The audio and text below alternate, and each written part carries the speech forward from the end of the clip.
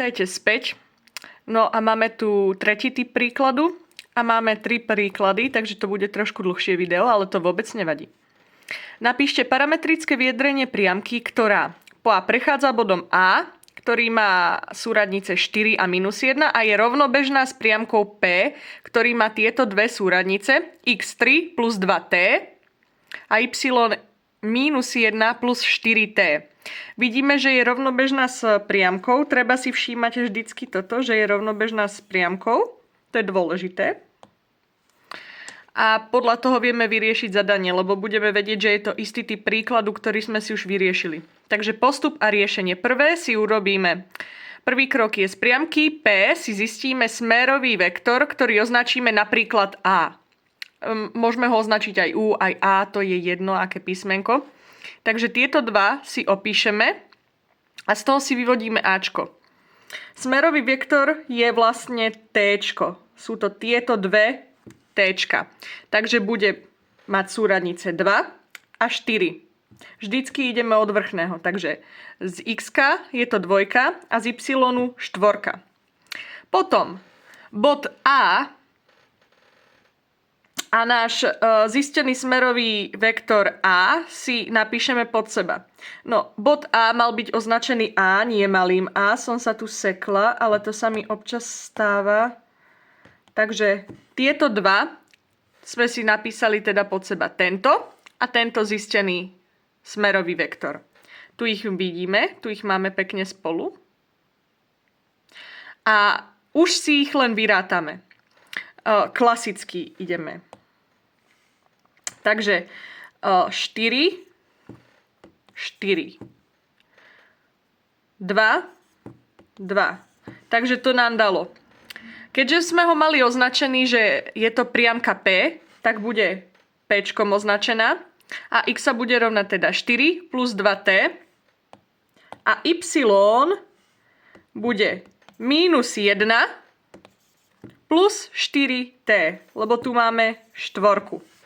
Takže takto, moji milí, zistíme teda tento typ príkladu a ideme si ešte vyrátať nejaké podobné. Takže máme tu zase bod A, je rovnobežný s priamkou, zase sme ju označili inak, Q. Súradnice má x sa rovná -2 plus t, y sa rovná 5 plus 2t. A riešenie? Tak z týchto dvoch si zistíme smerový vektor A. Zase vidíme. Tčko, to nám označuje jednotku. Takže zistili sme si prvý bod, 1, druhý, 2. Takže máme 1 a 2. Z toho si zase napíšeme to, čo bolo v zadení. Toto a toto, čo sme zistili pod seba. A už len ideme rátať. Vidíte? Tým, že je... Pardon, zmizlo mi to. Mám tu toho veľmi veľa. Nie, ešte. Tuto to bolo. Áno. Tuto. Takže keďže sme si ich napísali pod seba, tak teraz ideme zistiť Qčko. A chcela som len, že tuto, keďže sme dali, že priamka Q, tak ju budeme zapisovať aj takto ako smerový vektor. Takže x sa rovná 0 plus 1t a y sa rovná 7 plus 2t. A prečo 0? 0 sa zapisuje, ale je to ako v podstate normálny bod.